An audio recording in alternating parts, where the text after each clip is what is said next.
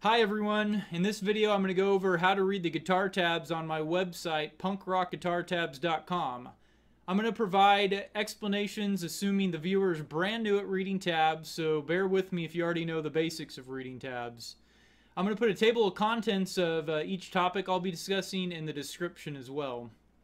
My guitar tabs are mostly very similar to the guitar tabs you're going to find on other sites, with just a few notable exceptions that I'll be discussing in this video. Personally, I love the format I use because I can fit a ton of information onto one page, and unlike a lot of the punk tabs I found on the internet over the years, my tabs always show how to play the song from beginning to end. I also try to make my tabs clear so that I can pull up a tab for a song I haven't played in like 5 years and pretty much play the entire song immediately just by following along with the tab.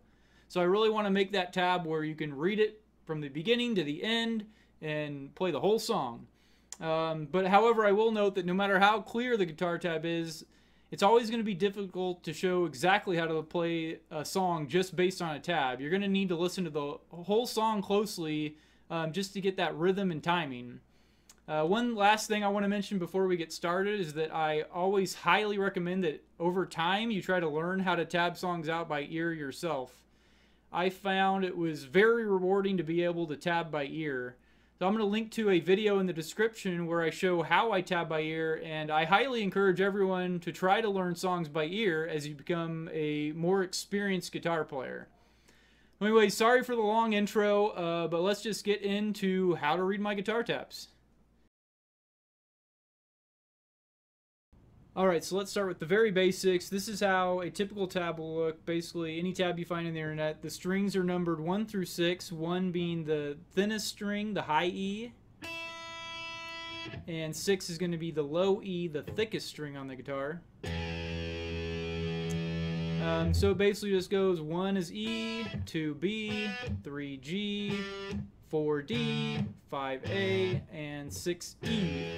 So my tabs are handwritten but follow the same basic principle of 1 through 6. But one notable exception is that I write my tabs generally only with the lines that I play. So for example, a lot of my tabs only have lines 4 through 6 because a lot of punk songs only play power chords and don't really use strings 1 through 3 as much. So my philosophy is to not write out lines 1 through 3 in a lot of cases, mainly just to save a lot of space on the tab, which I find really useful because I can then fit a lot more onto one page, and I think this makes it a lot easier to follow along with the tab once you're used to the format because things are so much more condensed. So instead of having to scroll and scroll and scroll to see the song, you can just have most of the song up on your screen, just that one tab, one page. I do want to note that for power chords, I generally only write out the root and the fifth. So for example, if I was doing an A power chord, I would just do the 5th fret on the low E and the 7th fret on the A. But a lot of times what I do is play 3 notes for the power chord. So a lot of times I'll play the 5th on the low E, the 7th on the A, and then the 7th on the D as well. So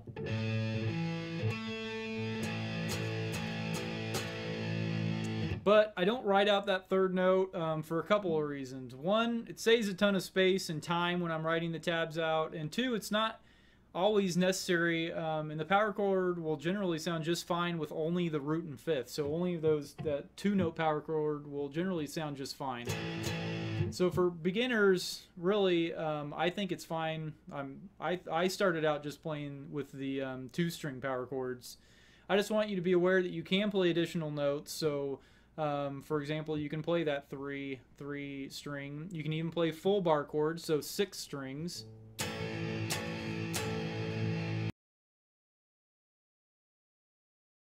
Alright, so the H in my guitar tabs means to play a hammer on. So for example, if you see a 5H7, what that's saying to do is play the 5th fret and then hammer on to the 7th fret. So you're only going to pick once. You're going to pick the 5, then you're going to hammer on to the 7. So basically I'm just bringing that 2nd finger down pretty forcibly onto the 7th fret to get the note to ring out.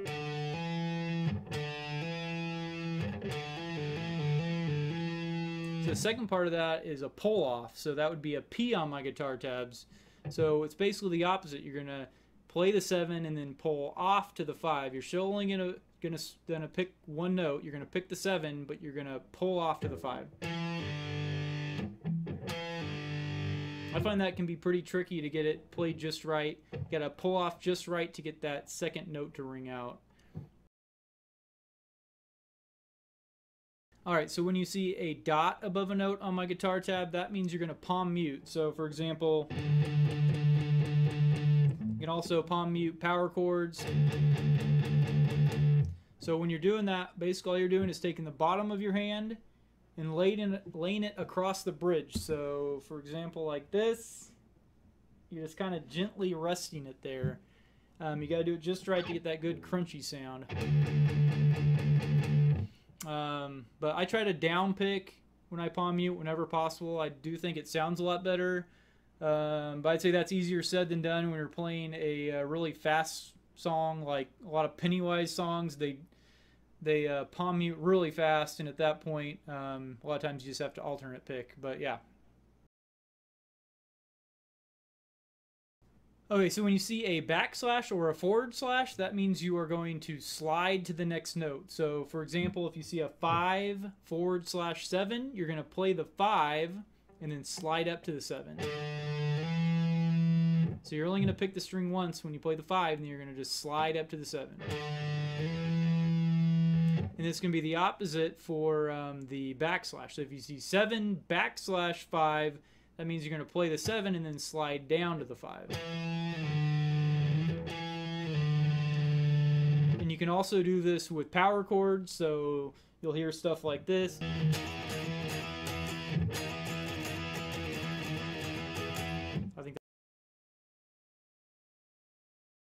So another type of slash you'll see is for pick slides, more like a longer slash. But basically a pick slide, you're going to take your the edge of your pick and put it down. I usually try to just put it down on like the 5th string, and you're just going to slide it up.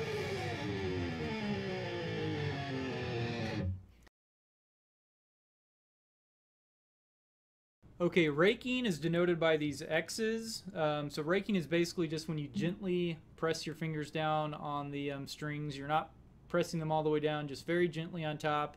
And then you strum the strings, making kind of a nice muted sound. So for example, and it really depends where you're playing on how it's going to sound. So one tip, when it's not super clear on my tabs, but if you're playing like let's say you're playing an F power chord and then it says to rake, so, and then it says to rake, I would go, or if you're playing an A power chord. So I should probably find a better way to do that, but really when I'm playing, I just assume those X's. I'm going to rake wherever that last power chord was at that I was playing. Alright, so when you see one of these long squiggly lines, that's just saying that you need to hold the note out. So you're going to play the note and then let it ring. Or you can play a power chord and let it ring. So that's all it's saying, is to let it ring out. So this rest symbol means you're going to take a pause and not play anything at all. This is how I write out the rest symbol, which honestly kind of looks more like a lightning bolt, but when you see this symbol on my tab, it means you're going to take a pause, you're not going to play anything at all. And when you see several of these rest symbols in a row, that's my way of showing that there's going to be a longer pause, but you'll definitely have to listen to the song to determine exactly how long the pause is going to be. It's also important that you don't let the strings ring out at all. There should really be no sound at all coming from your guitar during the rest. Sometimes you'll see I have it where the chord is ringing out, but then it's going into the rest. So that's pretty common. What I like to do is use my volume knob to kind of gradually turn the volume down when I do this. So for example,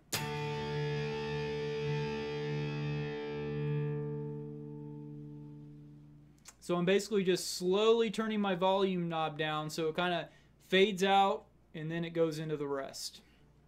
Sometimes you're also going to see this pattern on my tab where it's like there's a power chord, a rest, a power chord, a rest. So there's a rest in between each chord. So that's how I play the following pattern. So in this pattern, I'm basically playing staccato notes. So I'm not letting the chord ring out at all, and I'm taking a very brief pause between each chord.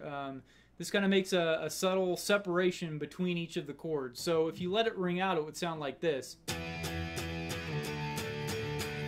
But instead, you're taking that really brief pause in between and making it staccato.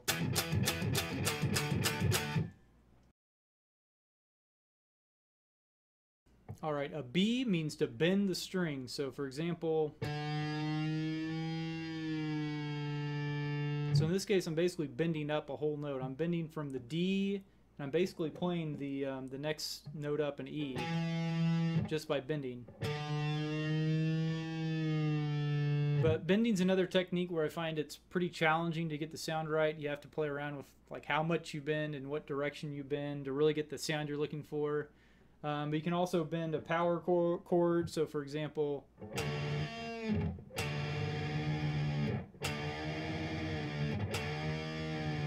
that can sound pretty good if you do it right. I'm pretty sure my guitar is way out of tune now after doing those bends. That can really throw your guitar out of tune, especially if you have newer strings when you're doing those bends.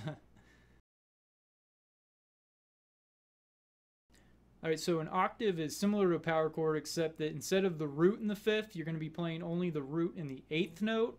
Basically all that means is you're going to be skipping a string is like an easy way to look at it. Like for example, you'll be playing the 7th fret on the 5th string. You're not going to be playing the 4th string at all, and then on the 3rd string you're going to be playing the 9th fret, and it's going to sound like this. So it's a really nice sound that's used a lot in like solos. But the important part is that X on the 4th string is telling you that you're not going to play that string at all. You're deadening it, and it's hard to show, but basically I'm just using the top of my index finger to deaden that 4th string.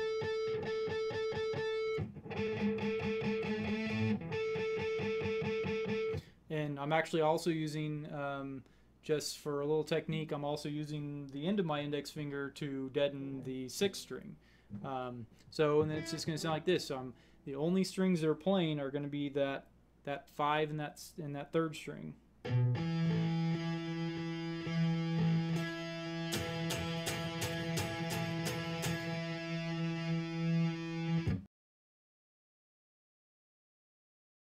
So in my tabs, you're going to notice a lot of lines show to play a certain note or power chord a certain number of times, usually times 4, times 8, times 16. What this is saying is that all notes are being played with basically the same tempo, same pattern, i.e. like 1 and 2 and 3 and 4. So for example on this you would play 4, 4, 8, so all at the same kind of speed.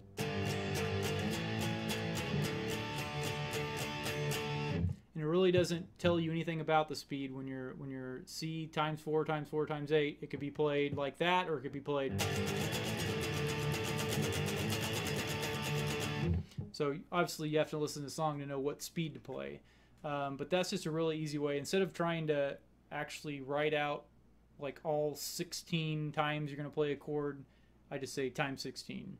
But when there are different rhythms, I list the notes out separately in an attempt to show how the rhythm is played. So for example,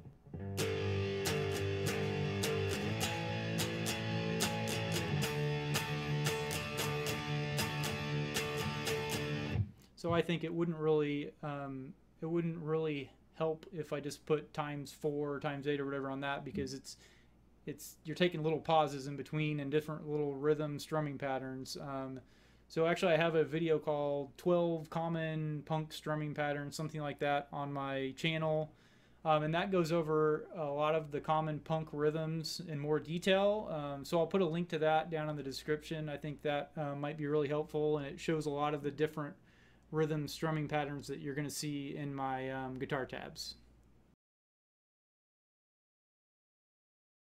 Alright, so a ×2 at the end of the line, all that's saying is play the line exactly the same way 2 times. So you'll see 2 times, 4 times, or whatever it is. You're just going to play that exact same thing. So for example, here we got...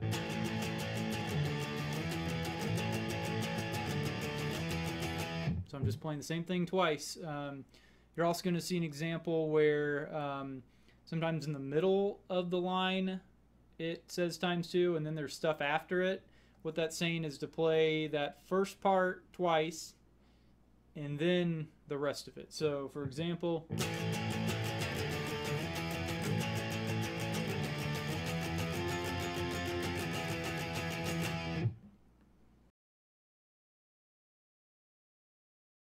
so another thing you'll see a lot in my tabs is lines that end with like first, second, third, etc. So this is something I use a lot to save space in my tabs.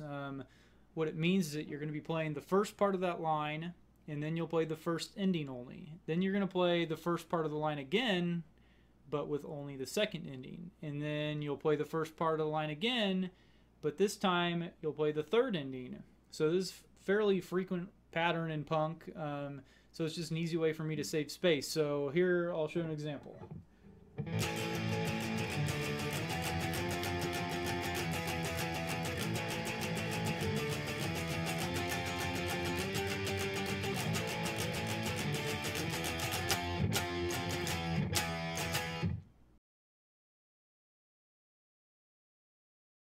One final note I want to mention is that my tabs will not tell you whether to play with alternate picking versus down picking. In my opinion, to get the best sound, you're often going to need to use a combination of both alternate and down picking. Just in case you don't know, down picking would just be playing all down strums, so whereas alternate picking you'd be playing down and up, so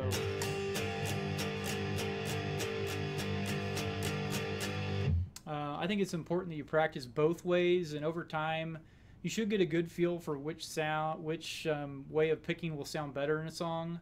For bands like the Ramones, you're often going to hear that you should only play down picking, which technically this is true. Johnny Ramone basically only played downstrokes, but I wouldn't worry too much about this, especially for beginners.